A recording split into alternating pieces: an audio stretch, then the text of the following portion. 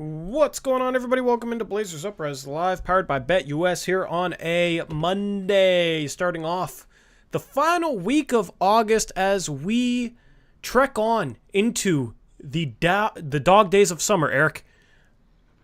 This is going to be our second to last stream in August. September starts, football starts soon, and then basketball's right around the corner. You know, these days are tough to get through, and then once football starts, it's kind of a blur. September's normally a blur, so I'm looking forward to some good sports being back on the docket. You know, I've lamented my awful Seattle Mariners in previous streams, so I'm glad that real sports are starting. And right now, all we have to do is react to stuff, because the stuff that gets clicks right now is trade ideas and articles and rankings and all sorts of stuff. The text on the left I need to update real quick. I'm a little out of sorts today, Eric. I had a lot go on yesterday and today, so I'm kind of still trying to get into the zone with this stream. But how was your weekend and how was your Monday? I actually spent my entire weekend in the Couve. Where? Have you ever heard of the Harmony Sports Complex? Nope. It's like this huge place with like 20 soccer fields and a bunch of baseball fields and stuff. Where's it by? But yeah. It's kind of out, like, on your way out to Camas. Got you. Yeah, see, that's why I don't know. I'm not from that. 205 in Camas. I'm a west sider, northwest sider of Vancouver, but Hazeldale, Salmon Creek. But it's nice over there by Camas, like 192nd Avenue, 164th Avenue. It's nice over there in Vancouver, man. Yeah, we got a hotel in the area on Saturday night, and so yeah. Daughter had 4 soccer games over the weekend. It was pretty fun. That's fun. Yeah. How was your weekend other than being crazy? Oh, man. I mean, we might as well just kind of get into favorites and least favorites. So, like, Sunday was a stressful day work-wise. You know, I'm not even really going to get into that. That was kind of my least favorite thing from this past weekend. I'm struggling right now, Eric, like, work-wise, because on the weekends I get a little bored and then I feel like doing work, and then during the weekdays I don't want to work when I'm supposed to be working, you know? So I'm kind of stuck in that, like, little, I don't know what you would call that, but yeah. So this past weekend didn't really do much, but outside of had to do some work on Sunday and deal with some stuff. So yeah, that was maybe the worst intro I've ever had. But, you know, we all have our rough starts, right? It's how you bounce back. It's how you finish games, right, Eric? So we'll see where this stream goes. But, yeah, man, had a fantasy football draft today. And, of course, we're streaming our draft next Sunday, our fantasy football league, which is a redraft league. But I had my first dynasty draft ever, and it's still going on. It's like 4-hour clock now. We're in round 12 of 24. We got, like, super flex, tight end premium, 3 flex spots. Like, it's something I've never done before, and dynasty. So it's been fun, though. It's been fun. Yeah. So been enjoying that. What was your favorite or least favorite thing from the week, Eric? Favorite thing, the weekend. Even though I can't even get my weeks and weekends straight right now. Even though the docket wasn't great in terms of matchups, just college football being back, which means that we're a week and a half away from NFL starting, and 2 weeks from today, the Niners kick off their season. So hopefully we have at least one of Trent Williams and Ayton situation cleared up by then. But yeah, football season starting is definitely one of my favorite parts of the year, and like we mentioned earlier, that also means that basketball is around the corner as well. Yep, basketball right around the corner. Right now, I believe it's a month and a half until preseason games start, so it'll be over before you know it. It's almost been 2 months since free agency, man. The Blazers still have not made a trade outside of the Avdia trade and then selling second-round picks to pad Jody's pockets.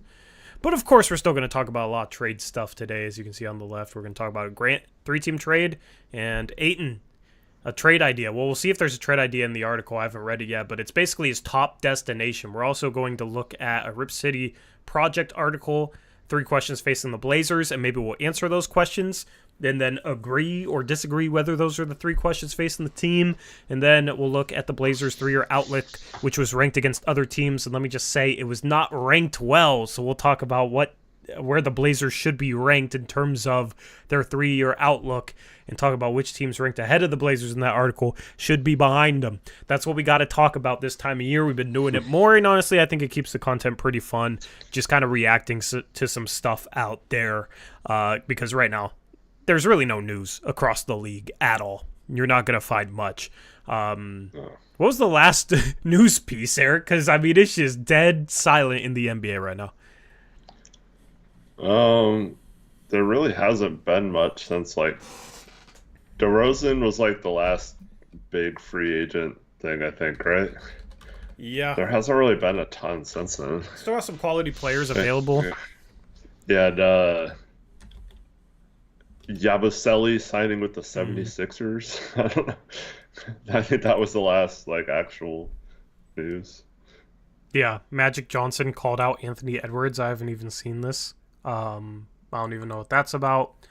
Cooper Flag got a New Balance deal, and Christian Brown of the Nuggets did not give up number 0 to Russell Westbrook.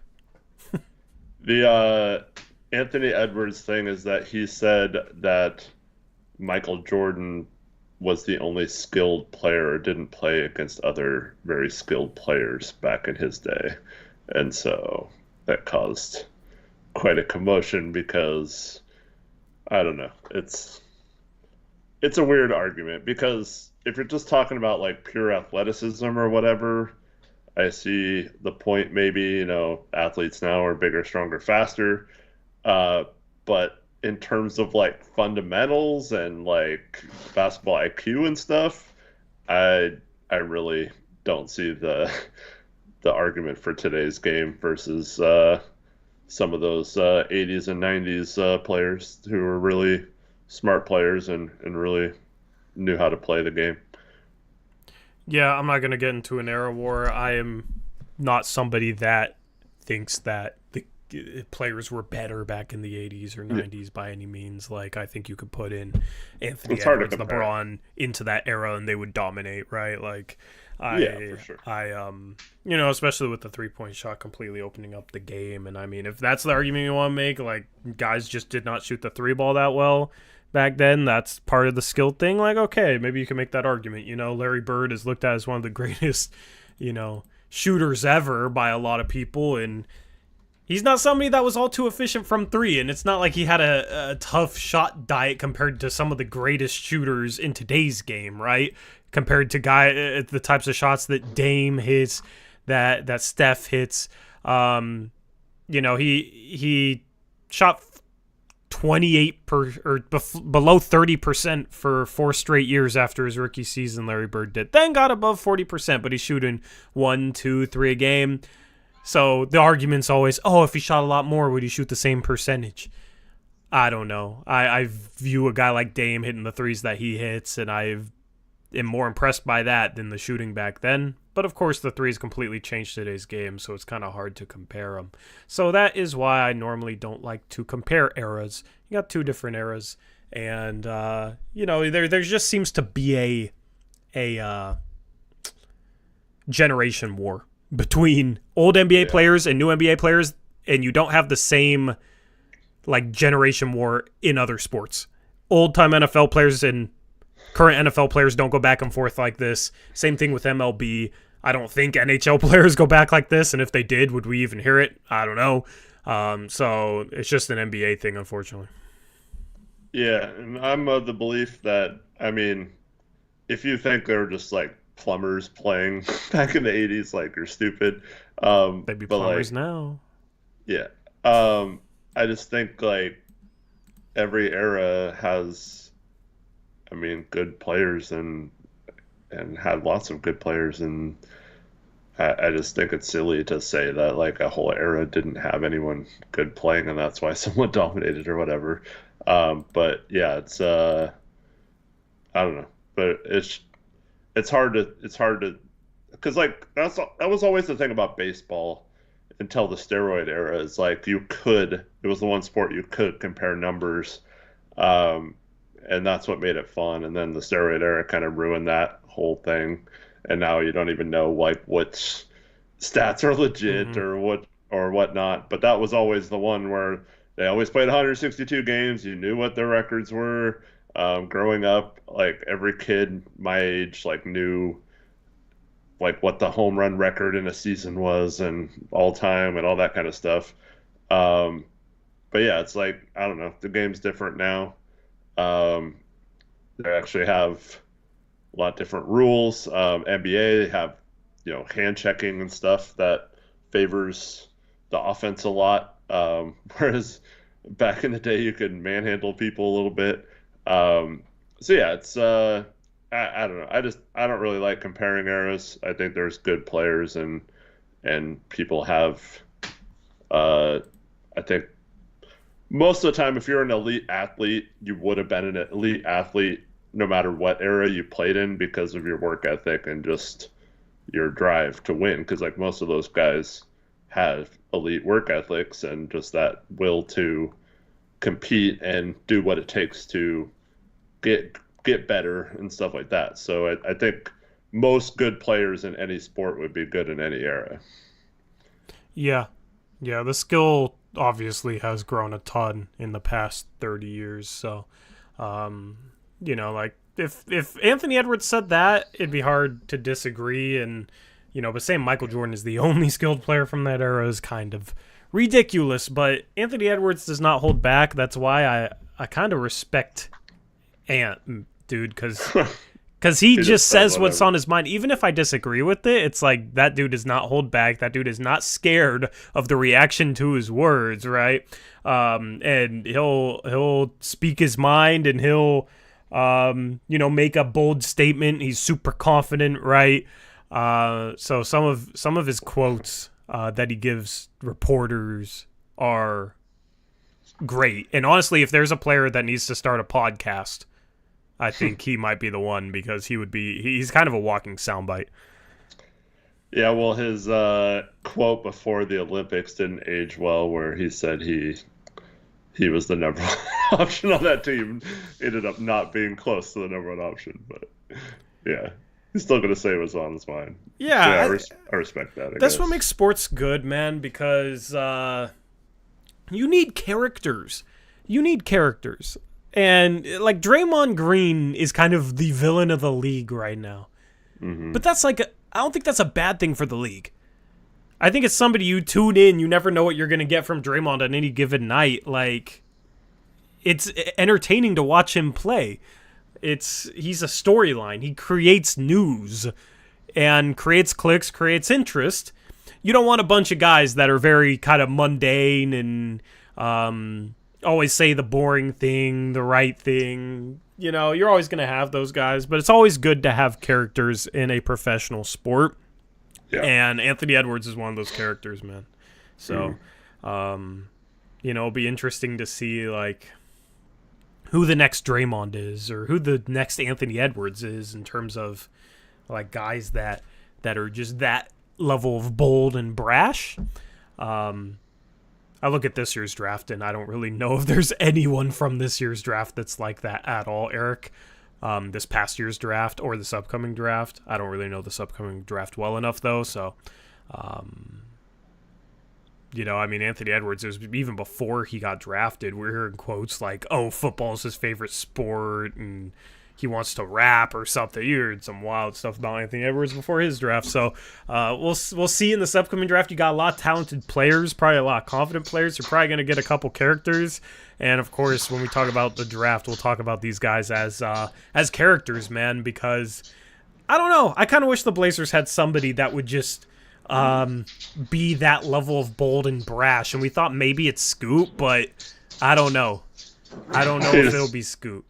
I think if he becomes close to the player we thought he'd be, I could definitely see him doing that, being a little bit more outgoing and stuff. But Because he does have that big personality. It's Yeah, hard but to, I feel like he says the right thing. I feel like yeah. he doesn't just like say outlandish stuff. You know what I mean? True. You know, I think Cooper Flagg might be one of those guys Maybe. because that dude talks some trash, man.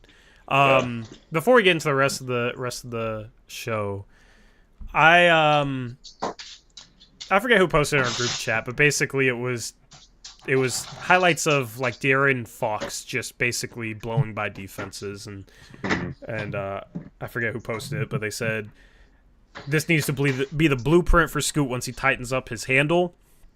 And I mean, I'm very curious to see what Scoot's handle looks like next year. I think that's maybe the number one thing to analyze with Scoot. Like, I think his shot should be the same. If his shot regresses from what he was doing the second half of last season, then I'm worried a little bit. Then I'll finally start using that word, right, that everybody wanted to use last year. But assuming his shot's not going to get worse, like, the ball handling and the way he moves with his dribble is the number one thing I'm watching, because if he's able to be sharper with his handle, I think he'll have an easier time blowing by guys, breaking down guys.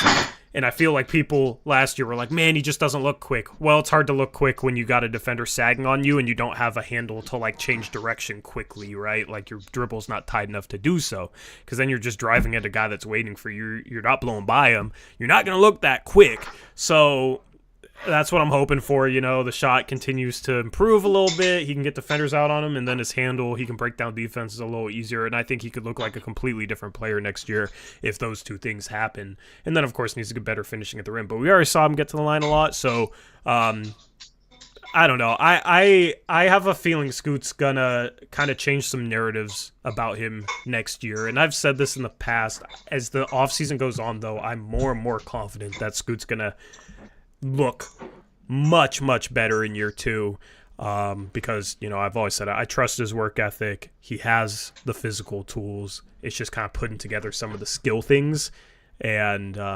he'll be phenomenal. So if there's any Scoot stock that's available, I'm still buying Scoot stock. I'm still excited for him next year, and he's the number one reason why I'm excited for next season. Like, I know we drafted Klingon. Klingon's not as exciting to me. I'm just excited for Scoot to hopefully shut up some haters.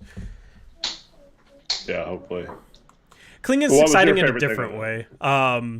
Just let me. I'm not hating on Klingon, right? He's exciting defensively. It's just Scoot, the narratives, the hate, the bus talk, all that. I'm just ready for him to silence that a little bit. And the first good game he has, man, I'm going to be talking to those haters, okay?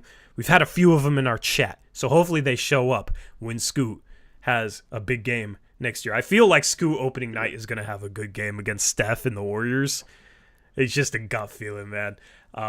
So you're going to be like the Melo stands from a couple of years ago this season? I'm not going to say stuff that's not true, though, because those stands said blasphemous stuff. Okay. Do you disagree with me? Not necessarily. I am now on the clock in my sleeper league. I have 4 hours to make a pick. Mellow stands were saying, that's what the little ringtone was. Mellow stands were saying like he's the best, or he's one of the best defenders on the team, and he needs more shots and more ISO position. I mean, they said some ridiculous stuff. So I've always said when Scoot's struggling with something, never shied away from that. So all of it is the truth. If he comes out shooting 26% from three, I'm going to say, man, this doesn't look too good. But of course, you don't want to overact to small samples as well. So yeah, like I just feel like too many people quit on him too early or were too quick to write him off in a way that didn't make sense. With Melo, it was like, okay, on Houston, he was a really bad player. Like, and he had some really bad flaws, which is why he was struggling to stay in the league. Those things were true. The stuff with Scoot was people writing him off when he was 19, 20 years old in his rookie season as a point guard. Like, in which he did some good things in the second half, just wasn't consistent. So, people wrote him off too early, man. I'm hyping myself up right now. I'm ready for the Scoot redemption tour next year. Yeah. Just yeah, I can already see it. Bad game, you'd be like, it's just one game. Good game, you're just gonna be like, told you haters.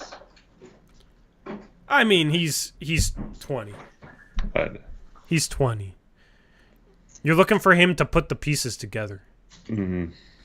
Like, yeah. Yeah, I just wanted to. The way you made that sound makes me sound very positive, Eric. Well, you are very positive when it comes to Scoot. There's nothing wrong with that. Taylor Packer says, I think deep down Eric is with me on Scoot's a bust island. Do you want to respond to that? I am kind of neutral on Scoot. Like, I'm hoping he is, like, obviously he's a Blazer, so I don't want him to be a bust. Like, I don't want to be on that island. I'm cautiously hopeful that he'll have a really good second year. Let's just say that. Cautiously hopeful. Yes. Cautiously hopeful. Like, I'm just like kind of neutral. Like, I really hope that he does put all these concerns to bed and that he's much improved. But I'm also, I do have those concerns, like some concerns still. So, yeah. Taylor, I'm disappointed. Well, I don't want to be on the island either. I just can't deny what I believe. I think, here's the problem, Eric. I think Dame and how good he was his rookie season was part of the reason why people were so ready to give up on Scoot. It was because Dame came in and torched it as a rookie, right? But I mean, you look at CJ. He didn't do anything the first, 2 years, right? And he was a 4-year college player. You look at Ant. He didn't do anything year one. I think it was partly Dame and then partly, Sharp was able to come in and, use his athleticism and make some threes. And that was it as a rookie. But, those things were productive. So, Scoot should be able to come in and do a couple things consistently productive too, despite them being completely different players. And Scoot being a more on-ball player, with Sharp as a rookie was a more off-ball player, catch and shoot threes, cuts, dunks, transition, etc. It's harder for an on-ball player to come into the league than a guy who can already play off the ball, already has NBA athleticism, and has a fine three-point shot, right? So, the thing is, 3-point percentage for Sharp was lower last year when he was more on the ball. And he had some big-time moments, but he also had some big-time struggles because he was given more responsibility. He should be given that responsibility, but when you're an on-ball player at 19, 20 years old for a second year in the league, it's going to be tough to consistently produce. So he improved a ton last season. I think he's going to improve a ton going into next season, too. I don't see why his improvement would slow down. And guys look different from year one to year two. I mean, Dame is a 19-year-old, was like an 11-point per game scorer at Weber State. You know what I mean? Now, Dame has a crazy work ethic, but the point is, completely different player from 19 to 23. And Scoot will be a completely different player from 19 to 23. So believing that he's a bust already, writing him off already, is just kind of ludicrous to me. And, even if he struggles next year, I'm not going to jump off the bandwagon as long as he shows some improvement, which I would be shocked if he doesn't. Because he still has a ton of time. He's 20. What were you doing when you were 20, Eric? Well, I would have been, let's see, in my third year at Oregon State, being a stupid kid. I don't know. Yeah, I mean, I feel like we forget how young that is in NBA years, man. So, anyway, I can't wait for my victory laps. That's all I'm gonna say. What was the mellow form? The apology form? Should I make one for Scoot? A Scoot hater apology form? Chat, let me know. Anyway. Peter Holland said, let's do your fantasy football pick on stream. It's like Dynasty 2 QB, Superflex, tight end, premium, 3 flex spots. I need the full 4 hours I need to think after this stream because it's a 24 round draft too, and it's round 13. So, yeah. Anyway, let's move on, Eric. Well, first, let me thank a donation. It's our first donation. A couple streams. Shout out to JPO Card Rips with a $5 donation. Did you change your name, JPO? Weren't you JPO something else? Anyway, appreciate the donation. It says, what do you think of Dame and David Goggins' workouts? Seems like Dame is taking this summer seriously after admitting to taking last summer off. I have not seen these workouts. Have you seen these workouts, Eric? I mean, I just saw the pictures and stuff, yeah. I mean, he had the whole trade saga last offseason. Like, it was a weird offseason for Dame and a lot of turmoil off the court. And, of course, with him demanding the trade and all that, now he's able to, like, focus on his offseason. And I think he's going to come back next year and be better than last year, a little bit more consistent. I think he's going to have a big year next year. Well, yeah, I'll buy Dame stock, too. Yeah, I don't think it was necessarily that he took last summer off. It was just that he didn't know specifically what his situation was going to be, so it's hard to like specifically train for the things you need to help a team, like, because Milwaukee is a lot different situation than like Miami would have been, or if he stayed in Portland or whatever. So I think it's just a little different. And then the trade was so late in the summer. He had the divorce stuff going on. Just a lot of things going on last summer. But yeah, it does seem like he said that during the exit interviews that he was not entirely ready to go at the beginning of last season, and that would be different this offseason. So looks like he's coming through with that promise. Yep. Looking forward to his season. He said, yeah, I'm doing card openings more now. It was just JPO before. Yeah, cool. If you're into card openings, check out JPO. Thank you for the donation, JPO. What was your favorite thing of the weekend? Daytona race was pretty fun to watch, man. Was it? Yeah. Who won? This dude named Harrison Burton. And I'm a Kyle Busch fan. He needed to win to make the playoffs, and he was in the lead until like the last corner.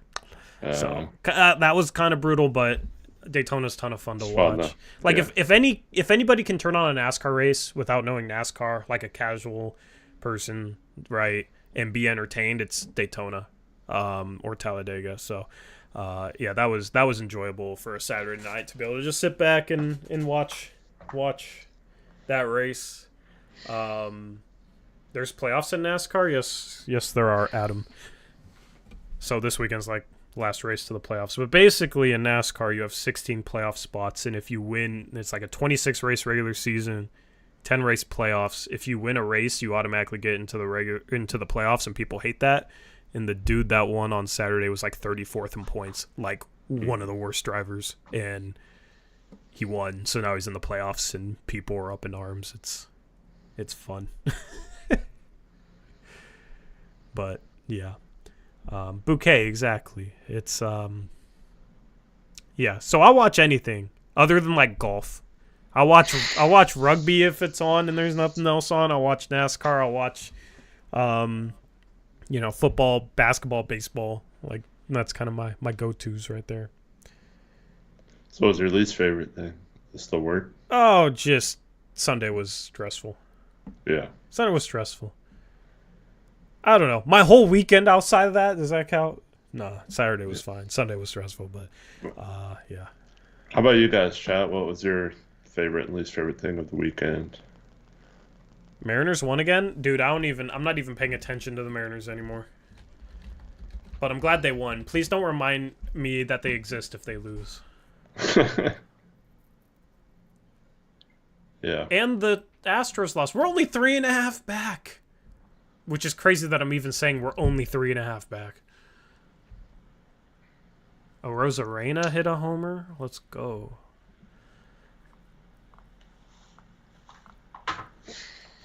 We gave up 2 hits.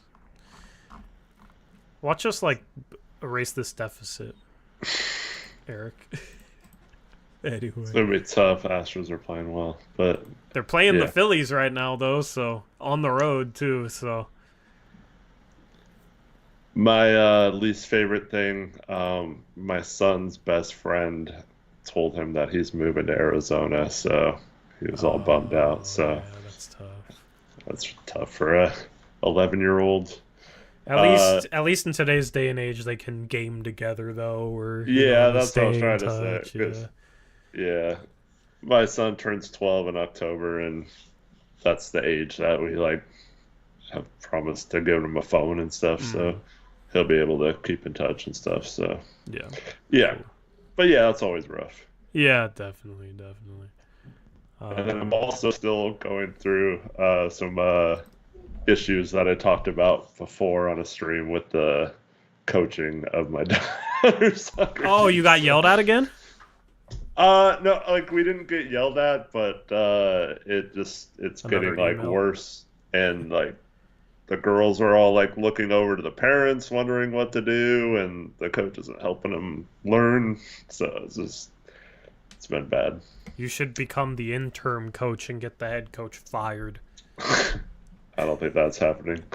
I'm actually probably going to have to coach my son's team because no one's volunteered yet, and the league starts in like 2 weeks. So if no one volunteers, the team's just going to get disbanded. So gonna have to. You just got to be the father that steps up. Yeah, probably. Blazers, Uprise, and Hayden coaches. Name a more iconic duo. Facts. We hate any and every coach. If you got to coach your son's soccer team, Eric, I hate you. Okay? Yeah. How dare you? Do I hate myself then? Like, do I? Yeah, you got to have some come on here level of and rant self-hatred about- Yeah. as a coach. So, Yeah. I'm Adam said no Formula One. No, I do not watch Formula One. I don't want to watch the same dude win over and over again and the same teams dominate and no passing. It's not fun. Anyway, I don't understand the Formula One love. But no more auto racing, Eric. Let's move on. All right. We got some stuff to react to, some fun stuff. All right, 3 questions. This is an article from Rip City Project by our guy Reese Coons. Our guy Reese Coons. I wonder if he even knows who we are, Eric. He They don't like tweet their articles anymore. It's weird. No. I bet he knows who we are. But maybe that's just me being my arrogant self. I need to be humbled, Eric. 3 questions from Rip City Project. Okay, and we're going to answer these questions and agree or disagree whether they're the 3 biggest questions. Okay. Question number 1, Eric. Is DeAndre Ayton a part of the Blazers' future core? No. I mean, that is easy. Hell no. question. Easy. Like, that's not even a question for me. Chat, is that even a question? Other than Taylor Packer will say yes. That's Yeah, like here. And I'll do a chat poll, okay? I can literally just copy paste the question from the article. I mean, it's more like, are we going to be stuck with him until the end of his contract or not? Is more the question. Yeah. Yeah, see, Taylor Packer says easy yes. Taylor thinks Scoot's a bust. He thinks it's an easy yes to this question. When did we lose Taylor, man? Taylor, what went wrong? What went wrong? Chat poll, I thought it was going to be like 80% no. It's only 2/3. Trading Dame broke Taylor, huh? We got 40% of people saying yes. For those of you saying yes, explain. So we spent a 7th overall pick on a higher floor, lower ceiling guy who isn't a starter or isn't going to start?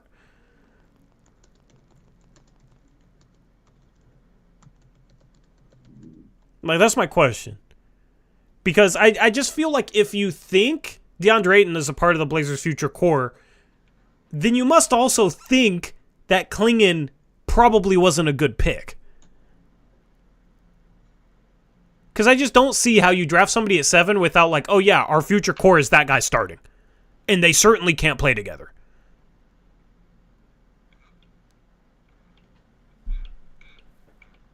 So for the third, we got, let's see, how many people? Like 12 people? 12 people that voted yes? Why? Ayton and Klingon can coexist how? Neither of them are three-point shooters. Neither of them can defend the perimeter. Neither of them can handle the ball. Like, they're both setters. So I just don't see how it doesn't contradict. Like, if you think Ayton's a part of the future core for the Blazers, like, logically, that has to be as the starting center. So what's up with Klingon? What's up with that pick, then? Jack M., $5 donation, says, what's up, fellas? How you guys feeling about the Bucks picks? Think they have gone up in value upside given the Dame and Middleton injuries? I don't think the injuries to those guys affect the picks because they're in 2027, 2028, 2029. Right? Or no, 2028, 2029, 2030, 2028, 2030 are swaps, and then 2029 the Blazers get the Bucks pick. I think those picks could be really good, Eric. I've felt that way for a while now, though. What is he talking about? Their draft picks that owe us, or is he asking about the draft picks that he said the Bucks picks, so I would assume that's I think it's talking. Why would we be talking about the Bucks picks this year? Anyway, thank you, Jack, for the $5 donation. Oh yeah, I think you're right. But they did get Tyler Smith and AJ Johnson. Or was that AJ? Was it AJ Johnson or was it? Who was the guy they drafted in the first round? Yeah, AJ Johnson. Yeah. Daniel G, member for 21 months, says all polls you do have 10% Tory trolls, it seems. Oh, definitely. Definitely. But I guess it's more of a question than we thought.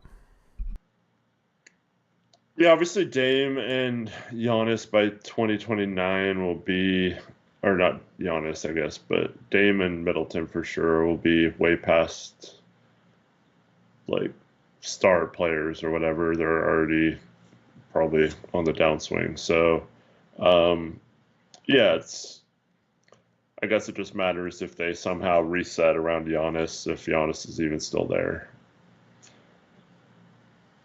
But I don't know if necessarily anything that happens the next year or two matters long term if they keep Giannis and put pieces around him. Yep. Question number 2 is, can Simon, Sharp, and Henderson all share the backcourt? That's maybe question number 1 in my mind.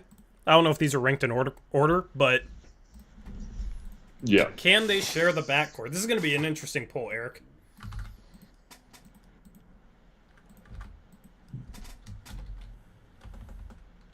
Should the options be yes for now, yes in the long run, yes only for now though, okay, yes in the long run,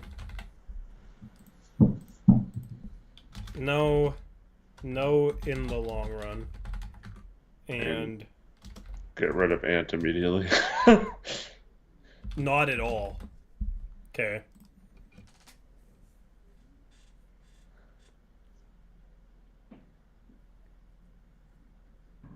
So we'll see what the answers are to this. I trend towards yes only for now, though. Yeah, I think I'm in that camp as well.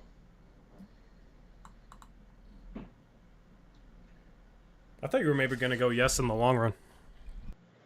Well, we haven't seen it enough. I don't think we know that. Like, so I want to see it for like a season or whatever. I don't feel like we got a good stretch. Actually, some of the metrics for Simons and Sharp when they started together were pretty encouraging last year. And if Ant and Scoot can learn how to play on the court together at some point. I think it could be all right still in the long term, but I mean it's hard to say without much of a sample size. So I guess no in the long run would be the same as yes only for now though. And those two options got 72%. Yeah. Alrighty, and then question number 3. Once again, this is from a Rip City Project article. Question number 3. Is Portland's roster bad enough to secure highest draft lottery odds? I think that's one of the top 3 questions. Yeah.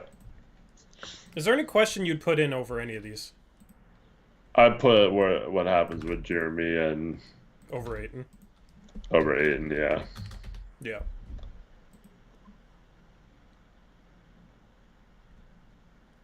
I mean, I think it's easily bad enough. Will they get top odds? I don't know, but it's definitely a bad enough roster to get them. Yeah. Chad, I agree. Well, it's also, I mean, the question is a little weird because the draft odds don't necessarily. I mean, it's even for the top 3 teams, and it's not that big of a difference the next few picks. So I think that's what it's in reference to. Like, that is the best odds, the top 3 picks. yeah, I've been on the record. I think they get like 5th worst record. 4th Little to Pancake 5th. says as long as we have Chauncey and Murray. Facts. Yeah. Yeah, see, I mean, obviously injuries you can't account for, but I mean the last 3 years now we've completely pulled the chute at some point in the season and rested guys. I mean we had to bench Tamani Kamara for a few games last year, you know, like because we didn't want to win. So like do we do that at some point if we have a legitimate chance at good odds for Cooper Flag, or do we just play this season straight up? I don't know what the answer to that is. Yep. Anyway, chat poll results are in the chat. 58% of people said yes. 41% of people said no. They don't have a bad enough roster to secure best odds, which disagree. I think this team is very capable. But if you say you're predicting 4th or 5th, that would be no then, right? Reread the question. Is Portland's roster bad enough to secure highest draft lottery odds? Yeah. I don't know. I view it as like, is the roster bad enough to do that? I think yes. Even if they don't do it, I think the roster is bad enough where they could do it. Yeah. That's how I'm viewing it. Otherwise, it'd be, will Portland get the highest draft lottery odds? Which is just a different way to phrase the question. Like, will they? I'd probably say no. But it's pretty 50-50. Like, they are bad enough to do it. So, anyway. Yeah. The next article we're going to react to is there was a ranking of NBA teams' 3-year outlook. And I'm going to just read off the article to, like, the start of it so we can know what the criteria is here. This is from Dan. I'm probably going to mess up his last name. Favale at Bleacher Report. And this article says, which NBA teams have the most promising window to win over the next 3 years? If you've ever found yourself asking that question, you're in luck or in trouble. I'm not sure. This is the exact curiosity we're about to indulge. Window to win is up for interpretation. At its core, this refers to the likelihood of each team bagging a title between now and the end of 2026, 2027. Okay. I'm surprised we're not. So I know that we're not last, and I'm surprised by that. Okay. 30th place, Eric, is the Chicago Bulls. Oh, yeah. Okay. I can get on board with that. Yeah. 29th is Brooklyn. 28 is Washington. And 27 is your Portland Trailblazers. I agree with those first 3 all being less likely than Portland. Detroit is 26th. I might put us above Detroit. Yeah. Did you see how they're possibly interested in Isaac Okoro too? Mm-hmm. It's like, are you just trying to get that, like a worse version of Surin? I know. Ron Ron Holland. Holland? Yeah. Like, it makes no sense, dude. I think the Blazers have more upside pieces that could pop by then. Yeah, They and just have a little obviously, more upside. So if you get Cooper Flag, that would be the path, like for any of these teams. Get Cooper Flag, he's yeah, phenomenal. Like any of the 5 teams mentioned, if they get Cooper Flag, it changes their whole dynamic. basically the only way the Blazers win a championship is like 3 years from now, right? They drafted Cooper Flag and he's already like a top 6, 7 player in the league, and then like one of Scoot and Sharp is a bona fide star, and then one of them's at least a fringe star, and then they got, Klingon's a perfect role player, right? Like Kamara's perfect role player, FD is a perfect role player. Mm-hmm. That's so like you compare that with like the Charlotte Hornets are 25th. If they got Brandon Miller and Cooper Flag and LaMelo, like Yeah. Clippers are at 24. Eric, I might be tempted to put the Clippers at the bottom. I don't see how. They're not going to get Cooper Flag. No, they can't. They have no flexibility. They're not going to have a good draft pick. Kawhi, Harden are aging. Kawhi's always hurt. Like, how are they going to get there? I guess there is a small chance they have a healthy season and Kawhi is fine and they do some damage in the playoffs, I guess. I just don't even think it's even possible. I'm just saying there's enough with the there's a roster as it is. real slight chance if they're healthy. But yeah. Utah's 23, which feels a little rich. Atlanta's 22. Toronto's 21. Toronto at 21. Yeah, I don't know. Miami's at 20. Which is kind of crazy because the same team made it to a finals like year and a half ago. A little less than a year and a half ago. Lakers are at 19. Spurs are at 18. I think the Spurs should maybe be higher. Yeah. Guess it just depends on if they go for a win now sooner rather than later. Yeah. Golden State's at 17. So those two teams, I feel like that's passing of a torch. Houston's at 16. See, I put San Antonio above Houston. If we're strictly talking about championship, yeah. Yeah. Phoenix is 15. Sacramento is 14. I don't understand why Sacramento's 14. Yeah. Sacramento, I would put below Phoenix. I would put below San Antonio. See, I think Phoenix, as long as they have Booker and Durant, I think they have a shot. I know, yeah. I agree. I put them higher probably, but I mean, I don't think they're going to win one, but like I put them higher than 15 probably. New Orleans at 13. Indiana at 12. Memphis at 11. Milwaukee at 10. I'm fine with all this so far. Orlando at 9. New York at 8. I feel like that's a little low for New York. Cleveland's at 7. I'd put New York above Cleveland. Yeah, probably. Minnesota's at 6. I'd put New York maybe above Minnesota as well.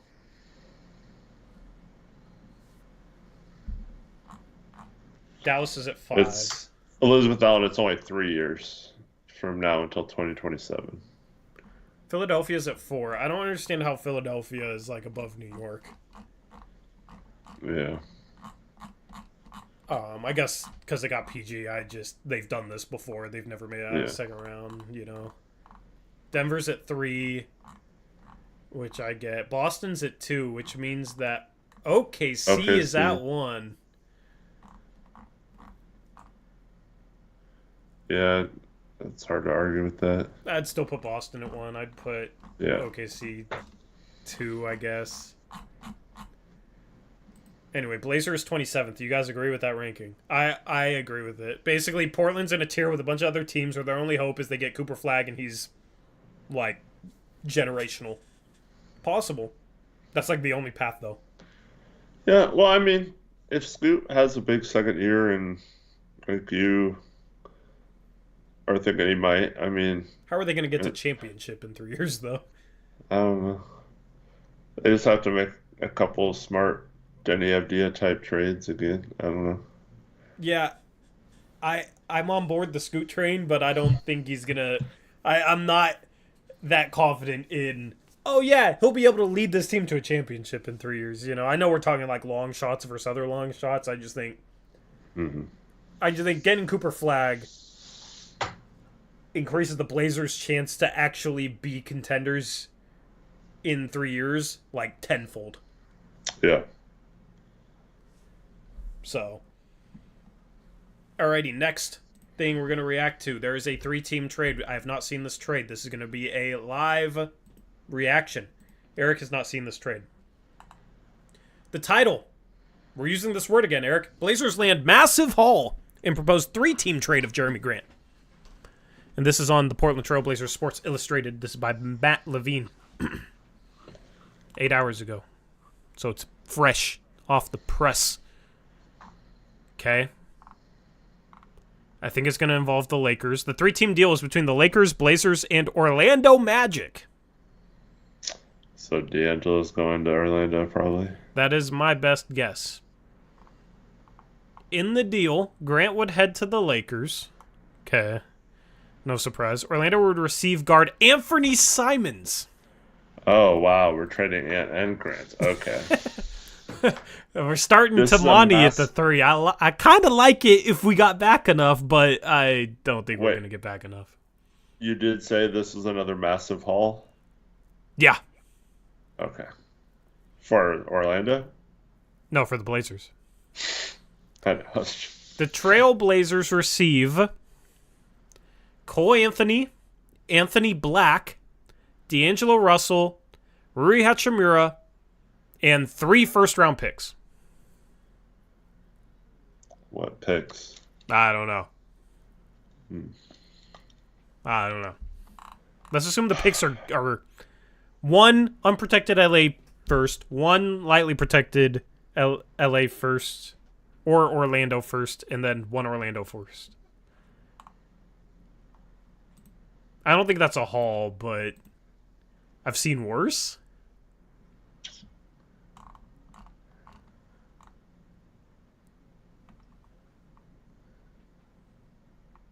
Like, you basically get the 6th pick from a couple years ago, who I believe in a little bit more than Eric, but you get... Those 3 guards. Yeah, I mean, I think Anthony Black is the 3rd guard. I think you can play D'Anthony... You can play Anthony Black at some 3, I think, for the time being, if you're going to play D'Lo and then trade D'Lo. It'd be nice to flip D'Lo immediately, but I think you can make that work, and then long-term Anthony Black might be your 3rd guard. Or he pops, and you start him at the 3. You start him next to Sharp, if he pops, right? Like, I don't like it. I don't hate it.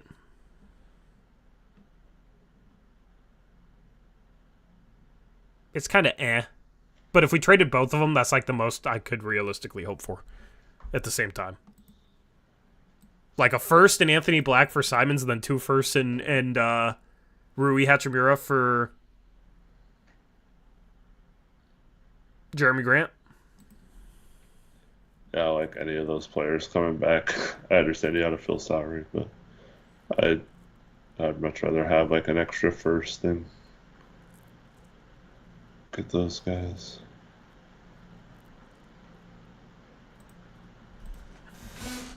So, yeah, would you do that trade?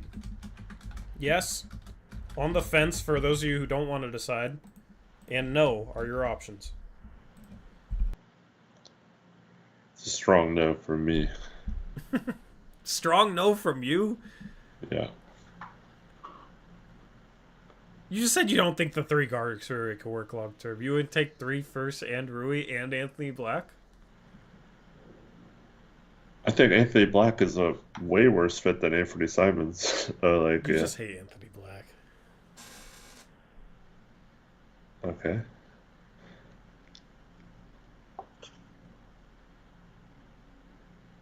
I think Anthony Black defensively will be phenomenal. And you got him, Kamara, Avdia, Klingon defensively. as part of your core, and then you just hope Scoot and Sharp can pull it together, like that, a ton of defensive upside. And then you got dudes that can make plays. I mean, the biggest question is the shooting. If Scoot can shoot like Anthony Black can shoot, Avdia can shoot like he did last year, if the shooting is fine, I think that team could be really, really good. And it'd be worse next year.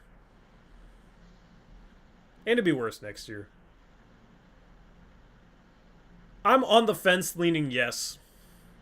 Eric is strong no. Chat, 40% say yes, 33% say on the fence, 26% say no.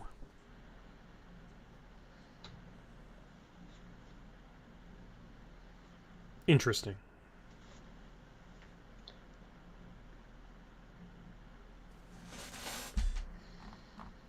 Shout out to Daniel G, $10 donation, says, list isn't awful, but how is Utah above us? They trade Markin in a year from now, have decent picks, but Utah wins within 3 years.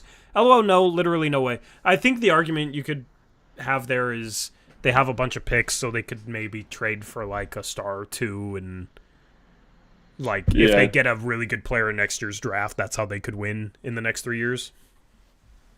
Ainge does have a history of making good picks or, doing something to get a team into a championship window, so it's possible. Yep. Anyway. Interesting trade. The logic for this trade, according to the writer, says the biggest issue with the trade package is the influx of guards that would be coming over. Portland already has a loaded backcourt, so adding multiple more guards doesn't make a ton of sense. Yeah, I think you just wouldn't play Cole Anthony. Or you gotta flip one of them. The Trailblazers could look to flip a few players to get more assets, but if this deal were to happen, Portland could be doing it for the draft capital. Yeah, absolutely. Additionally, landing Hachimura, who has a few years left on his contract, could be a strong piece moving forward. I'd be interested to see what you could flip Rui for. And without Grant and Simons, you'd be able to play him a little bit more, I think, minutes-wise, and keep his value up for the trade deadline. Hope he has another year shooting the ball like he did last year. Yeah. I think at the end of the day, Portland's going to have to pivot away from the veterans that they have. And we've talked about with Jeremy Grant. We've talked about it with DeAndre Ayton. They might need to do it with one of their guards long term. So, is there an opportunity cost not seeing the guards together by doing it now? Potentially, right? Is there a potential that, I don't know, I don't think Anthony Simons' trade value is higher now than it will be later, but at the end of the day, like, for some reason guys like him don't get traded for much. Why is that? I don't know. So that's really the kind of the conversation you're having. Would clearing the minutes, clearing the two roles, making sure we suck next year, is that the best thing long term for the Portland Trailblazers? I think you could argue both sides of that. At least when it comes to trading both Jeremy Grant and Anthony Simons. I think it's clear that the best long-term move is trading Jeremy Grant. For what you can get for him right now. I don't really see waiting on him necessarily paying off, but maybe it does. Anyway. Eric, do you want to lead into this one? Ayton trade destination. So Ben Steiner of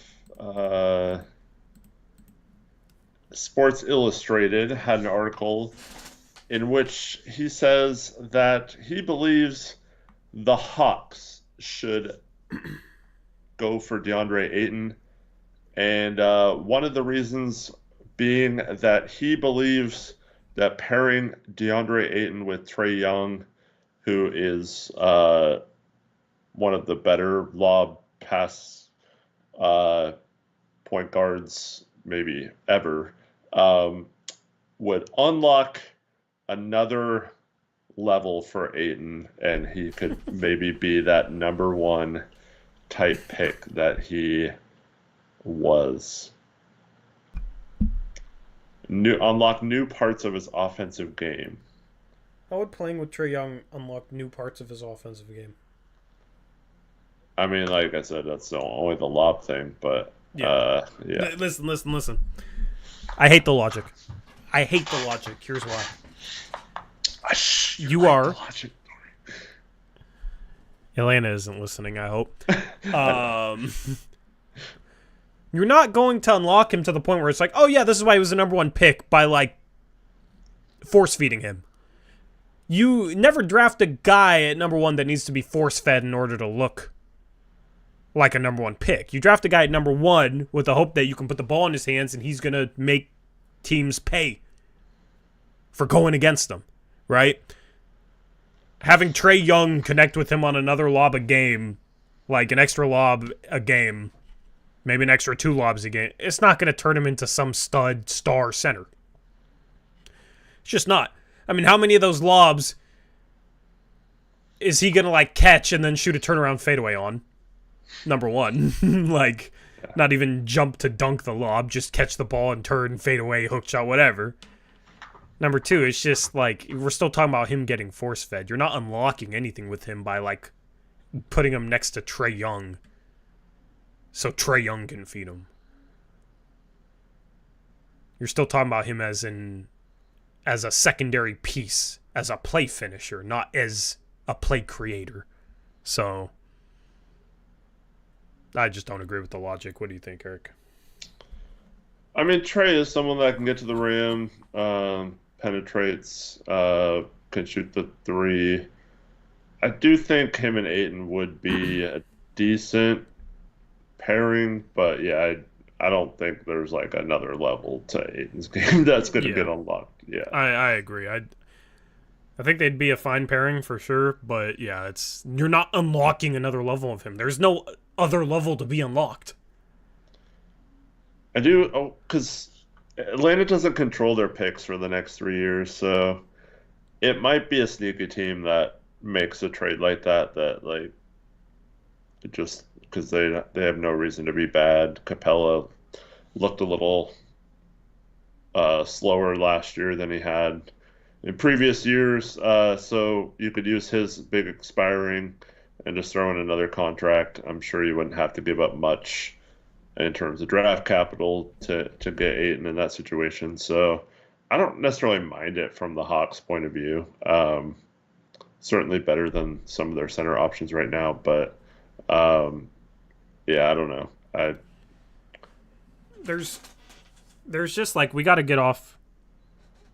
By we, I mean people who think this. Okay, we got to get off this notion that like DeAndre Ayton still has a chance to be a star. We got to get off this notion that he has a chance to prove why he was a number one pick. Okay, because if he had that potential in him, he would have shown more flashes the past 2-3 years. He didn't show enough flashes. Yes, he had some big games, but like, you're never going to be a star as a center shooting mid-range shots and like finesse shots around the rim. Like where you're set up by somebody else for the majority of them. Mm-hmm. You're like, what star center plays like that in today's league? None of them. At all. At all. The star centers of today's league can dribble, can pass, can shoot the 3-ball. And if they can't, it's like somebody like Bam, who's a really, really good passer, can handle the ball, shows signs of stretching it out to 3 more than Ayton, and is an elite defender. Like, Ayton just doesn't have any of those traits. And pairing him next to Trae Young so Trae Young can feed him more, it's not unlocking any star traits in him, because those are the traits in today's star centers, today's best centers. Even down the line to like a Domantas Sabonis, he can dribble and he can pass. Yeah. He's skilled. Ayton's doesn't have that level of skill. He doesn't have star level skill. And by feeding him a little bit more, you're not changing anything. So I'm just tired of that notion. Like, it's just a tired notion. And it's not even necessarily to hate Ayton for what he is. It's just people that try and make it out like he could be what he isn't, and I don't think will ever be. Because he just does not show signs of progressing that way. And hasn't, like, ever. So if Atlanta was interested in Ayton, What's the like? Would you take Nance and uh Capella's expirings for him? They can't Or combine you? Nance to match, right? It's getting pretty close to I thought the it was 3 60 months. days. Oh, it was just It's 60 60 days. days. Yeah. I mean, yeah, like Capella doesn't have to play as much, expiring, like good little stopgap for Klingon, right? I mean, I'd take Capella plus.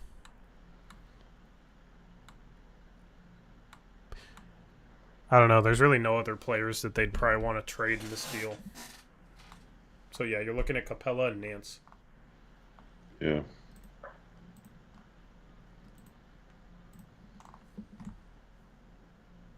I mean, I'd try and get Thibault their way too. Yeah, it's just tough for them to take on too much money. Yeah, they're close to the tax, huh? Yeah, they're still 2.6 million under the tax. So you lump in Jabari Walker, Duop Reith, or shoot Chris Murray and get back. I don't know. Do they have a bad first next year? They don't have any first. Chris Murray just has no value, man. I'd love to say. No, they have one from Sacramento, and they have one from LA. Oh, right. Yeah. But They got one in the DeJounte trade. That's right. yeah, but they've had this one from Sacramento. I They think got it was that. Kevin That's the Herter. herder. Yeah, that's Yeah. the herder one. Yeah. I just think like, It's lottery protected. yeah. I mean, I'd take that. Yeah.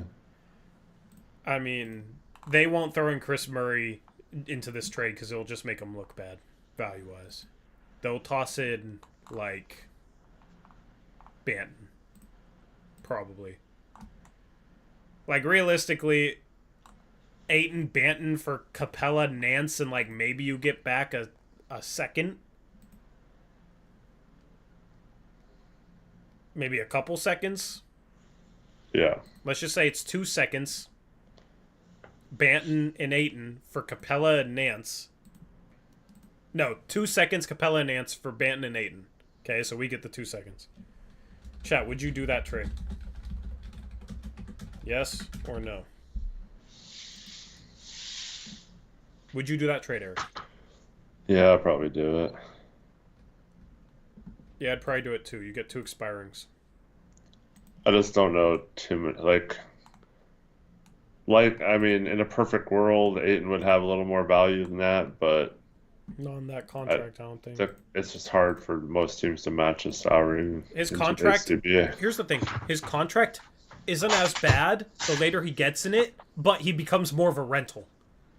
Yeah. So it's not like he gains value because his contract is, oh yeah, he's on a max contract, but there's only 1 year left.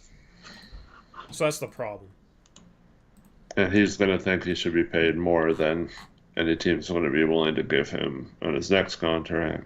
I mean, you know what? I'm worried that the Blazers like keep him until he's a free agent and then like, oh, we can't lose him for nothing and then overpay his ass. While they love Klingon at the same time. I mean, that's just more of the directionless stuff. They have to let Ayton walk, whether it's via trade or free agency, in the next 2 years.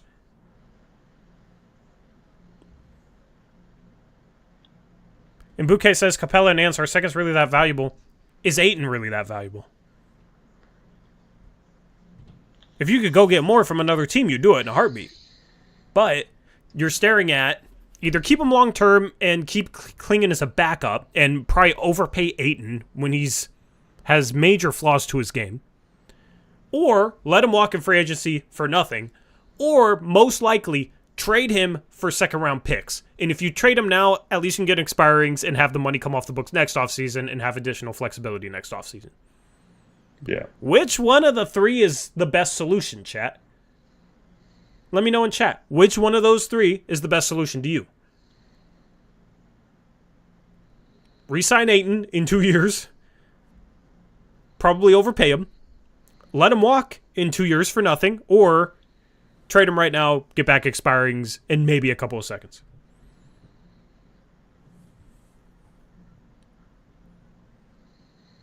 Brandon says Capella plus Hunter for Ayton and Thibault. I know some people want Hunter. I don't like Hunter. He's very injury prone. Doesn't really pass the ball. Doesn't rebound too well.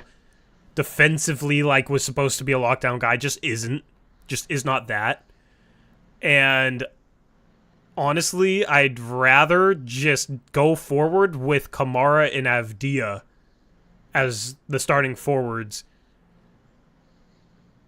And the thing is Kamara's not going to be a starting forward because the Blazers are probably going to draft somebody that'll start at the 3 or 4 in this upcoming draft. Yeah. So you have Kamara off the bench. Like, where does Hunter figure into that equation? He's making over $20 million a year for the next 3 years. Like, he's a fine player. He's an okay player, but I just don't want to pay him that much money when it's like we don't really need him. And he's injured a lot.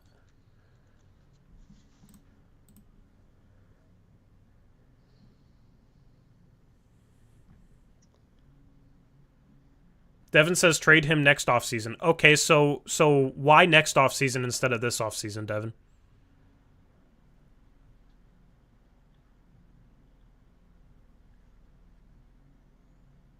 Because if you're trading him, you're most likely getting back salary that's on the books next offseason. Instead of getting, if you did this trade now for Capella and Nance, that salary's coming off the books next offseason, so you're saving $35 million. Which, yeah, they're not going to be a player in free agency, but then they can accumulate assets by bringing guys, absorbing salary. Maybe they could be a player for a sneaky free agent signing that could be a part of the core moving forward. Right? Like, I don't know exactly how it plays out, but having more flexibility is always good because you're able to pivot in certain ways. Devin says, I think he'll have more value if he plays well this season and goes into the last year of his contract with a team. I think his salary won't look as bad if a team wants him and think they could sign him for less. I mean, but you're talking about a dude in the final year of his contract. Like, he's probably not going to have that much value because it's the final year of his contract. And how can he play much better this season than he did the second half of last year? Like, he played about as well as I think you could possibly hope he could play the second half of last year, and it doesn't seem to make a difference in terms of his trade value. Like, what are you going to get for Ayton next offseason that you're not going to get now?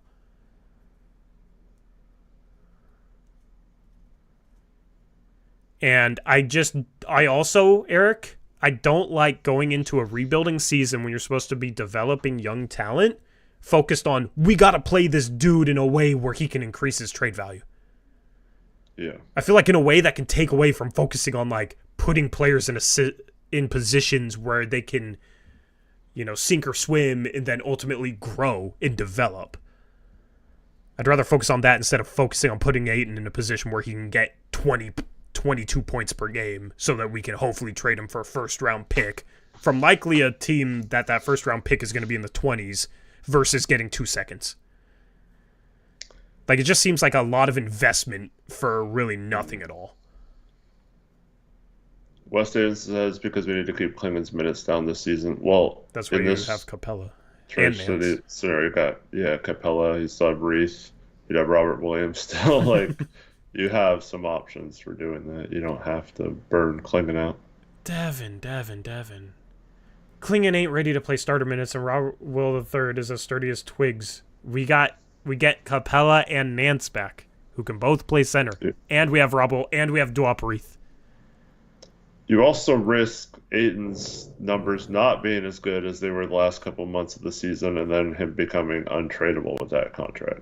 Yeah, I'd rather have centers on board that are, like, good enough to play, but not so good that you have to give them 30 to 35 minutes a game, so that if Klingen is ready to play 24, 25 minutes a game, you're not forced to run 2 center lineups that are clunky. That's the thing with Capella, with Nance. You can start playing Klingen more minutes than him if Klingen's developing well and if Klingen has the stamina for it. With Ayton, that's not going to happen. So that's the problem. I'd rather be able to keep Klingen's minutes low but allow him opportunity to grow into a bigger role than be forced to keep his minutes low because you're trying to play Ayton into some sort of trade value. Yeah, also, I mean, Capella and Nance could have a little bit of trade value. I mean, not like first round probably, but like they could have a little bit of trade value at the deadline as well. Yeah. A second, maybe two if you're lucky.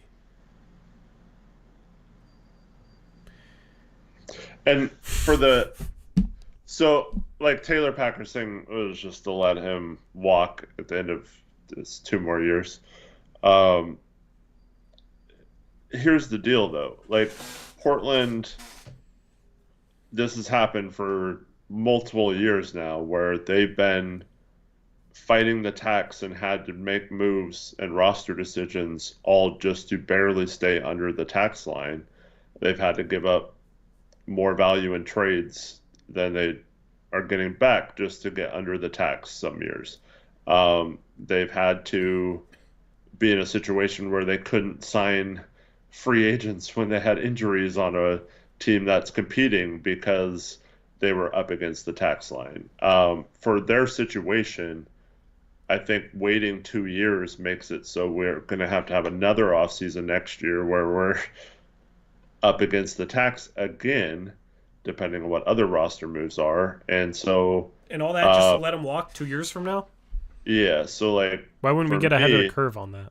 Yeah, clearing up our cap situation to where we're not fighting that and we can actually make a couple smart moves and can make trades where we're taking back the new higher amounts because we're not close to the tax line. I think that is better for a rebuilding team than having Ayton push us against the tax line. I love this comment. If it takes this much effort to talk yourself into this trade, probably shouldn't do it. No, the thing is there's a lot of nuance. There's a lot that goes into team building. There's a lot that could go in whether to trade Ayton or not. Yeah. Just because we're talking about all the context that goes into it doesn't mean we're trying to talk ourselves into the trade. We're talking about the reasons to make that trade. Also, like, if you still think Ayton's a good player, like, I'm not trying to say you can't have that opinion. Like, obviously, Tori and I don't agree, but, like, I know there are people out there like Taylor that do still believe that Ayton is a top 10 center or whatever and is fine and could have some value. That's totally right, or you're right to have that opinion. I just think at some point we might be regretting if we didn't take a move like this and just clear him and make it someone else's problem. Yeah. This feels kind of similar to the conversations about matching Thibel's contract. When I was saying don't match it. This feels a lot like that conversation. And people thought I was crazy for saying not to match it. Well, me too. I got killed on Twitter. Yeah. Now I feel like most people agree. Like, yeah, there's really no reason for us to be paying Matisse Thybulle $11 million a year right now. Like, why are we up against the tax? Because we're paying Matisse Thybulle $11 million a year to be like our sixth best wing on a rebuilding team. Why? How many of you would just get rid of him and his contract right now if you could? And how many of you wanted them to match a year ago, right? Listen, if you think Ayton's legitimately good and you think it was a mistake for the Blazers to draft a center at 7 because you think Ayton's legitimately good, okay. That's fine. Like, if you think Ayton is better as the future starting center on this team 3 to 4 years from now than Donovan Clingan, I understand that logic. The problem is you can't start both of them. The problem is you're going to have to choose one of them. So that's the point, is if you're choosing Clingan, you got to let Ayton walk in free agency 2 years from now. Or you trade him now, maybe get back a couple of seconds and get back flexibility next offseason. Or you try and trade him next offseason when you don't even know if you could get more and you probably have to take salary back and have a lot less flexibility in a rebuild. Hmm. Like, if Klingon's the future starting center on this team, those are the alternatives. Like, that's what comes out of it. And I would just rather get ahead of the ball, have the flexibility next offseason, get the assets now. Yeah. And give Klingon, if he can handle it, the ability to play more minutes without having to force him next to Ayton, which I think is just going to be a mess for everyone on the floor. Yeah. And if Robert Williams shows anything, you trade him immediately. Exactly. Like, I'd rather do this trade too, because you can go into next season playing Klingon like 17 minutes, playing Capella like 19 minutes. Then you have 12 minutes left over at the center spot. You can play Robert Williams those 12 minutes. If he starts to look good, you start playing him more and Capella less. And if he's able to stay healthy and he's looking really good, then maybe you can trade Robert Williams for a freaking first-round pick. Robert Williams has more trade upside in the next 2 years than DeAndre Ayton, in my opinion. Maybe that's a hot take. Maybe people don't agree with that. But the only reason why Robert Williams does not have more trade value right now is because of how perpetually injured he is. So the longer he's able to play, if he's able to play, the more his trade value goes up. Yeah, maybe. Or maybe it's just he's been so injured that no team will give up much for him, but I kind of agree with your overall statement, yeah. If he plays like the entire year or the majority of next year and looks dominant defensively, and you get to the trade deadline, there's going to be teams out there like, man, we want a game changer defensively at the center spot as a backup center. Or we dealt with an injury to our starting center, and we need somebody to replace him, right? Like, and we have a first that's a late first in this year's draft. It's going to be much easier for those teams to trade for Robert Williams. And if he's healthy, I feel like a lot more teams would rather trade for a role player who they know is going to fit in and like provide value on the defensive end than somebody like Ayton, who you have to kind of mess around with your offense in order to make him work, and who's had a history of being a malcontent. And who's on $34 million that you have to find a way to bring that in via trade versus Robert Williams at $12 million.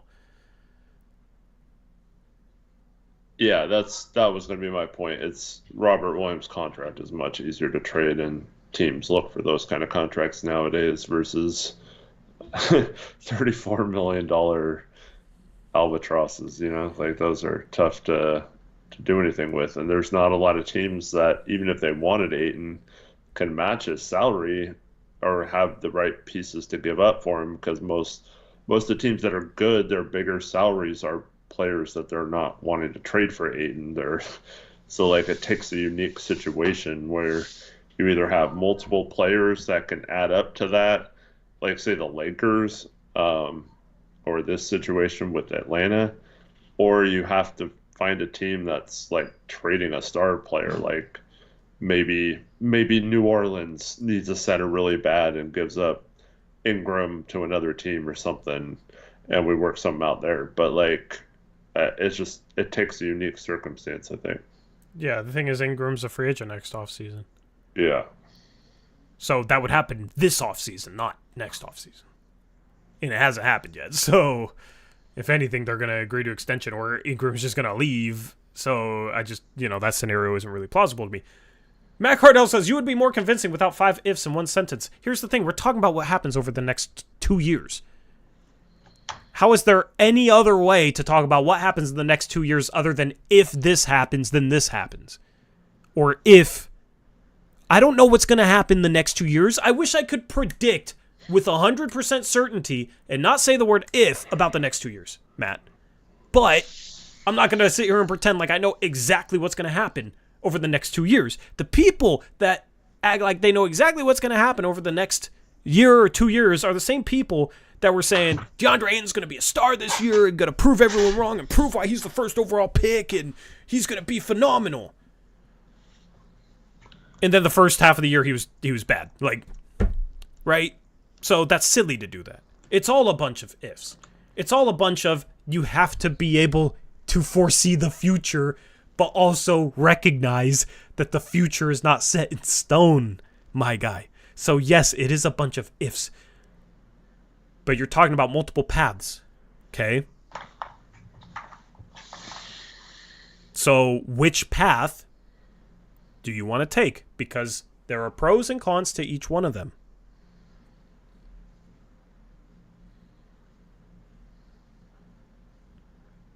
Eric Olson, why can't you just tell us what's going to happen in the future, Tori? I wish I could. But at the end of the day, when you're talking about upside is an if. Upside is 100% an if. It's a hypothetical. That's all upside is. That's all downside is. It's all hypothetical, right? Hypothetically, the best case scenario for Robert Williams' trade value, I think, is a little bit better than DeAndre Ayton's. I think Robert Williams has more upside, trade value-wise, if he can be healthy and look like the dominant defender that he has in the past, because I think at the deadline, a team's going to, A, value that, and B, going to have an easier time trading for it because of the difference of money between Robert Williams and DeAndre Ayton. So that's another reason to maybe make this Atlanta trade that we hypothesized if it results in, giving Robert Williams a chance, giving Klingon more of a chance. You have the minutes available to play Klingon more if he earns it, to play Robert Williams more if he's looking healthy and you're trying to play his way into some trade value. You don't have that if you have DeAndre Ayton playing 30 to 35 minutes a game because you're trying to play him into some trade value next offseason. Or playing Robert Williams out of position at the 4 and him looking not good in that role or something, Exactly. As well as if you play 2 non-shooting bigs, it could completely kill the spacing and make it harder to develop and harder on the young guards on this team.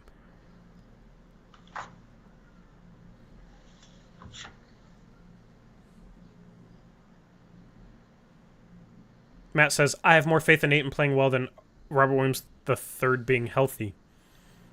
Here's what you're missing, though. Ayton playing well doesn't change anything. Ayton played well the whole second half of last season. He still has no trade value. That's kind of the point. Even if Ayton plays well, his trade value still probably isn't going to be any higher than it is right now, where you probably can't get a first-round pick for him. At least with Robert Williams, in the best-case scenario, I could see the Blazers getting a first-round pick for him at the deadline. And Tori did say trade upside, not necessarily like exact value right now.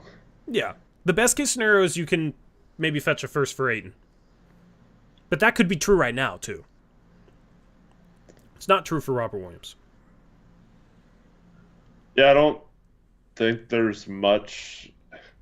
Because part of the equation, too, is in order for Ayton to up his trade value, in my opinion, I almost have to be like the Blazers 2 seasons ago, where they got off to a really good start. And, like, Ayton's a big part of that, Like, let's just say we're 30 games into the season and we're above 500 or something. I could see a scenario too where then the Blazers don't trade him then. Like they keep him and think that maybe changes their mind on, I want to see what this team can do. They're young and they're already looking this good. Like, so that might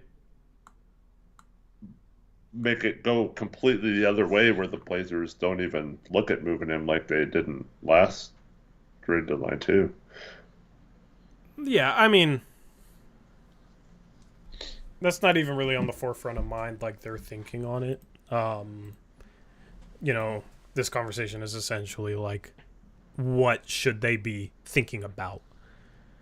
And if they're not sold on Klingon being their long-term starting center, then they shouldn't have drafted him. Right. They shouldn't have sat you here. You don't draft someone at 7 to be the long-term backup. You don't think someone is your number one player on your board and have him as a long-term backup. Even in this draft. Yeah, like, they had him at the top of their draft board. So, they think he's a starter long-term. And if they don't, then that's the most asinine thing I've ever heard. Yeah. So they think he's a starter long term, which means they should be thinking of when is the best time to move off DeAndre Ayton. Which is basically the conversation we just had. Right? And if that's not their thinking, if it's just, yeah, we're going to blindly just try to accumulate talent and then just see what happens, well, that's a team without a plan.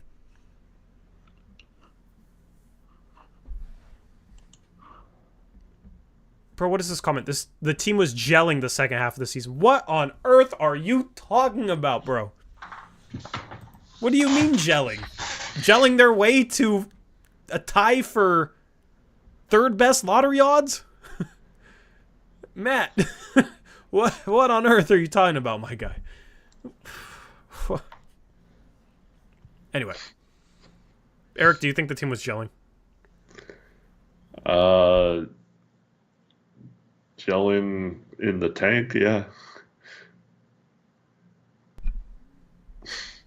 What did they go in like February, March, January?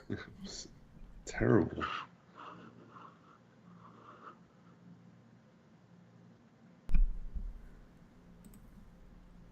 I mean, most of those guys stopped playing at a certain point. Like, how are they gelling? Are you looking it up? I was, but I felt lazy. I'm not going to look it up. Somebody in chat can let me know. I can get it.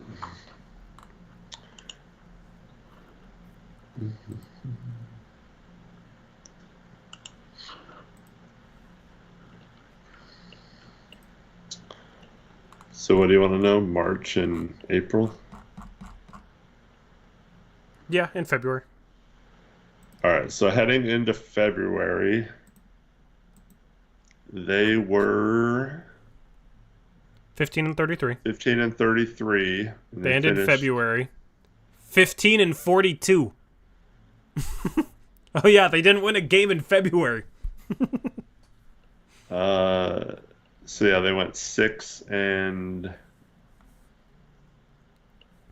At the halfway point, they were 12 and 29. And then they went 9 and 32 the rest of the way. 6 and 28 the last 3 months of the season. Mm-hmm. In March, they went 4. I believe they had 17 games, so they went 4 and 13 in March and 0 for 10 in February. What do you mean they were gelling? In February and March, they went 4 and 23.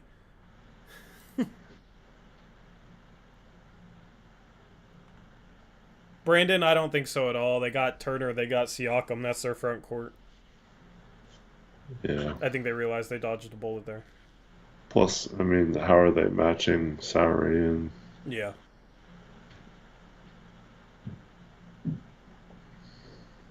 WTF is gelling. That's a good question.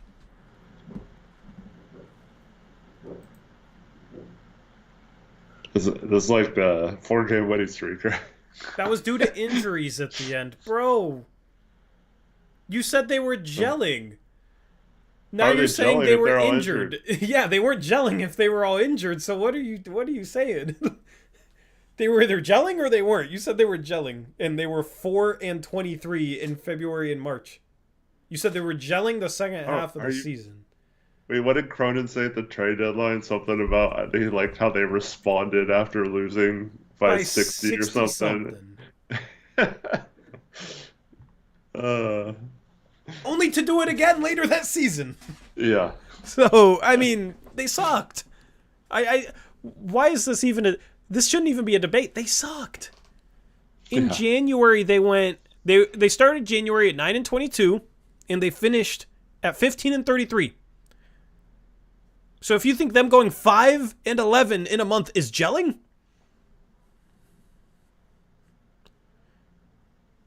then okay, I guess. Like, I don't understand. You know what, too? Ayton's best games came in February.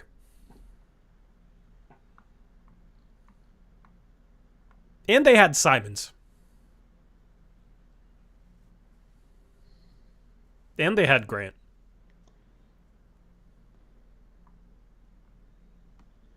Yeah, I don't know.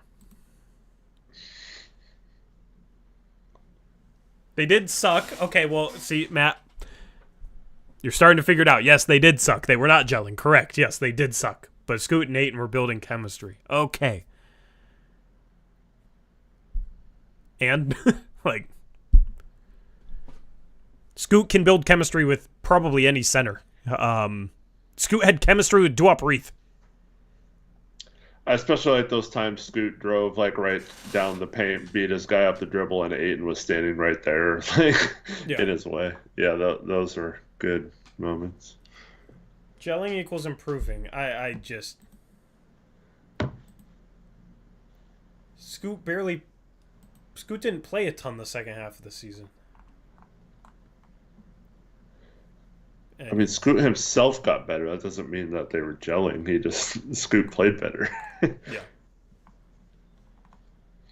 It's like the same argument I have like when people say, "Oh, Scoot needs to start because he was so much better as a starter." Like, well, part of that was he started more at the end of the season. I mean, I know he started a little bit at the beginning of the season before he got hurt the first time, but like we don't know if that was just his natural improvement throughout the season, whether he would have been that good, whether he came off the bench or started, or if he really does. We don't know the answer to that question yet. At the end of the day, he was going to improve a lot his rookie year, especially after starting that bad. Yeah. At the end of the day, you can say, yeah, they were getting chemistry. Okay, they were 5-28 when they were building said chemistry. Like, they were 5-28. They finished the season 5-28, which is fine. But it's just I don't really understand an argument to keep Ayton long term as when they were 5-28 their last 33 games, like he had some good moments with Scoot as Scoot got better. I just that's what we're going for. Then why'd we draft Klingon? If they were building so much chemistry, like that's the fallback to all of this. If you believe in Ayton that much, then you shouldn't be happy that we drafted his replacement. Like, simple. I think that's pretty simple to me.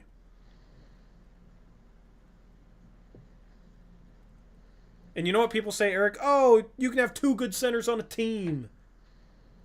You don't draft somebody 7th overall that you have at the top of your draft board just to be a backup, just to be a complimentary, just to be a platoon with somebody else that you're paying $34 million to. That's a pricey platoon. A very heavy investment into a platoon with 2 guys that can't play next to each other.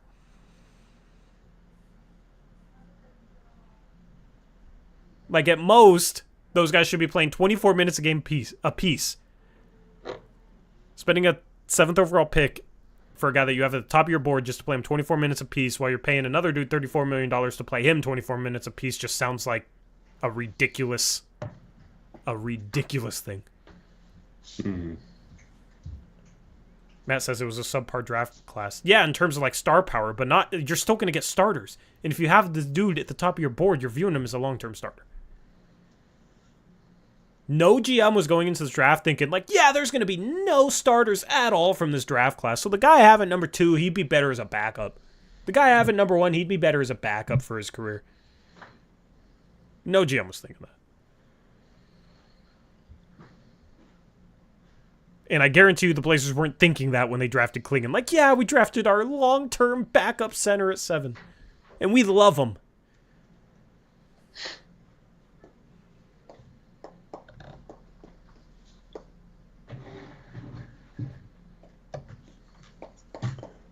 Devin asked, which center's playstyle do you guys like better alongside Scoot, Ayton, or Klingon? For me, it's Klingon. It's not even close, and it's mostly because Klingon has the ability to protect the rim, which is something that Ayton didn't really do at all last year. Mm-hmm. And I think Klingon can maybe find Scoot on some backdoor cuts. Mm-hmm. Also, I think Klingon rolls a little harder. I don't think he's necessarily like as quick as Ayton, but I think he rolls harder. I think he's more of a roll threat to the rim. Yeah, I can see that. Like, I want pick and rolls between my point guard, my super athletic point guard, and my center to either end up in an open three for someone because the defense collapses or defender goes under the screen or whatever, or end in something at the rim. Yeah. I don't want it ending in a 15-foot mid-range jumper. I know Dame and LaMarcus made a feasting off that. The NBA is much more efficient offensively, much more spaced out, different game. Mm-hmm. Like, and if it ends in a mid-range, it should be because that was like the only option, not because that's the default option of the big is to stop his roll short. Yeah. And yeah, Ayton had some moments where he rolled all the way, but I'd rather have a 7-2 guy that rolls hard to the rim every time, or pops to three and can maybe hit one day. Even if he's going to be rough to start off, at least he's trying to become a three-point shooter. Right.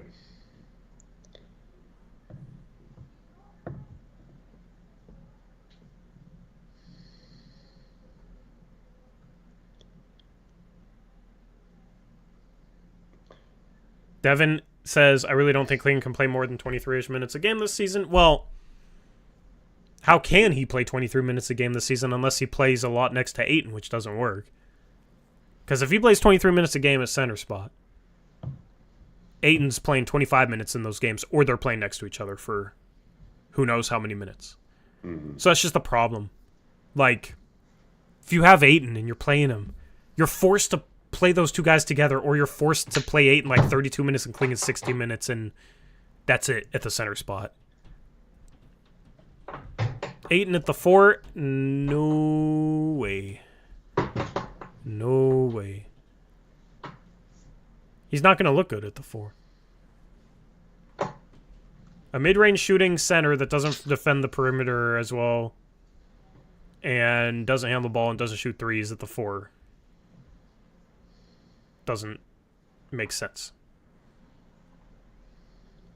Like, Cat's slow, but Cat can put the ball on the deck a little bit more and is a lights-out three-point shooter. That's why I hate when people compare Clingan and Ayton to Cat and Gobert, Eric, because I see that. I don't know if you've seen comparisons like that, but I've seen comparisons like that. Ayton is not Karl Anthony Towns, man. Do you know what that's from? What is that from? Chauncey it's from the... said it. Was it Chauncey or was it Croden? I forget. It was one of the two. Was it really Chauncey? I think it was Chauncey in like a podcast or whatever. Didn't somebody say in a press conference? I think Cronin might have said it too. Yeah. I think somebody said in a press conference too, or maybe it wasn't those two, but like they're comparing them to bigs.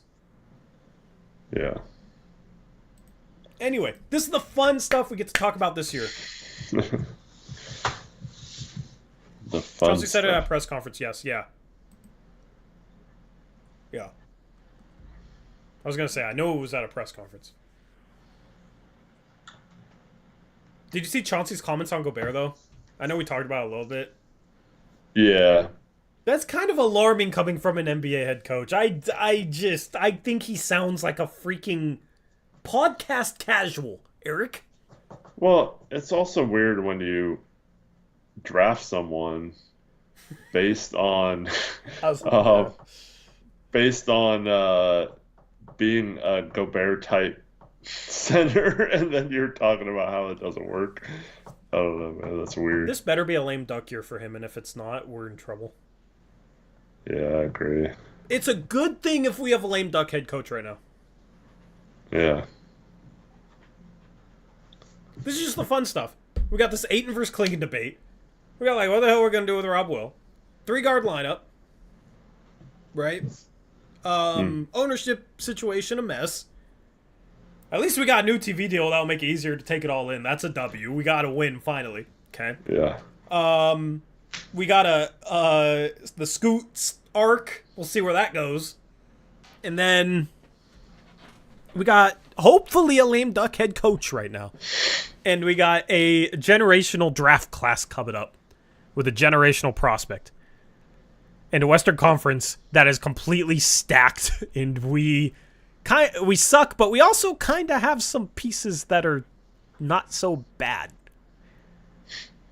just super interesting. I don't know. I know people get disengaged once the season starts, and it's like, oh yeah, we suck, lose, injury.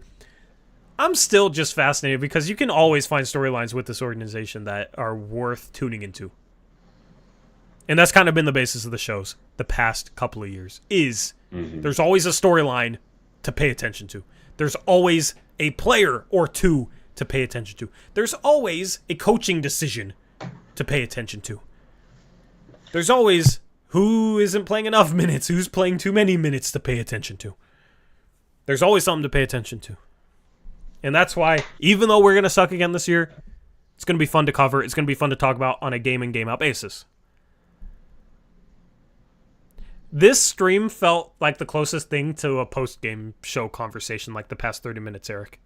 Yeah. I don't know if you agree with that. Yeah. I'm ready. It's a nice change. It's still only August. I'm ready to go, man. Bring me some basketball. More of football too. Yeah, more of an entertaining organization for sure. Yeah, an entertaining organization, not a competitive one. But, yep. Can't wait for post-game shows next year. We're going to be your number one stop, of course. Let me make sure I didn't miss any donations. Thank you guys for the donations. We had 3 donations tonight. Shout out to Daniel. Shout out to Jack. Shout out to JPO. Thank you, guys. Yep, appreciate the donation. Shout out to BetUS. We'll have another stream on Thursday. Maybe we'll have something to talk about, but I'm kind of excited. It's the last stream in August. And then September 1st on our second channel, link in the description box below. Make sure you go subscribe to that. Blazers Uprise Live will move back to the second channel once the regular season starts. And we also have podcasts on that channel. It's called Blazers Uprise Podcast for a reason. And those will start back up a little bit more once it's, season time, right, Eric? Yeah. Yeah. Yeah, just Crushables has been busy. And like you mentioned at the beginning of the show, not a lot of basketball news to talk about weekly. So, yeah. But Hoops Crush will be back soon. Maybe find a way to do an episode here. But do want to address this. How High says, would Dan Hurley be interested in a Portland roster with Klingon? Whenever I think about that, I look at what he turned down, like $70 or $80 million from the Lakers. Do we really think Jody Allen's going to pay a coach like over $10 million a year to come coach here? Like, I just think like even if Dan Hurley was interested, which I don't think he would be, but let's just say he was, it probably take with the way coaching is now, $12 to $15 million a year to get him to come to Portland. I just don't see any way Portland pays that much for a coach. Yep, not happening. I dropped the link to the second channel in the live chat, so go subscribe to that. On next Sunday, we will have our fantasy football draft live stream. Eric's in that league. Connor, our moderators in that league. Jackson, our other moderators in that league. Normally we hop in a voice chat with like 6 or 7, so if you're into fantasy football at all, or just want to come hang out with us, it'll be Sunday, 6 p.m. Pacific time. And that'll kick off September. Taylor says, I'm always waiting for more scorching trails, Tori. Well, I'm glad to hear that because some people can't stand it. I don't know. Some people take what Steven says to heart a little bit too much. To me, it's like I'd tune in just to hear what Steven says, even if I disagreed with it. Honestly, when I sit down and record, I'm like, man, I wonder what Steven's gonna say today. I wonder what Steven's thinking today. Yeah. So David Lester says he saw Steven today. Did you really? Where'd you see Steven? And did you say what's up, or were you intimidated?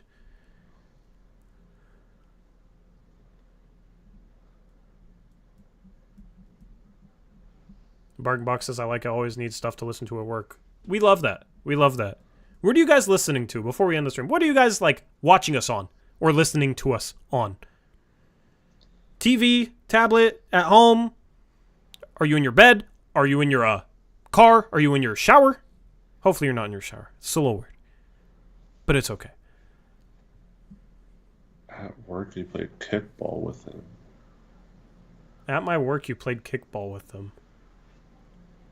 That makes no sense to me, but that sounds fun. I'm watching on a gas station pump screen. That would be impressive. If I would want a picture of that. Taylor Packer says, I think it's nice to switch up from Blazers Uprise because you and Eric usually agree. You and Steven disagree a lot, so it's totally different. Man, me and Eric are agreeing less and less, it seems like. I don't know. Still agree with her, man. There's more, I feel like there's more murky stuff to disagree on. Between us. Where in the past it was like, build around Dame. These are the type of players we need. Yeah. So with how murky everything is, it's there's a lot to disagree on. What realistic players could we get back for Grant Simons you'd want to add to this team? It's mostly just picks that I'd want back. I don't like. There's really no players out there. Like Anthony Black, I like is a piece long term as just a defensive piece with offensive upside. But other than that, it's kind of just draft picks.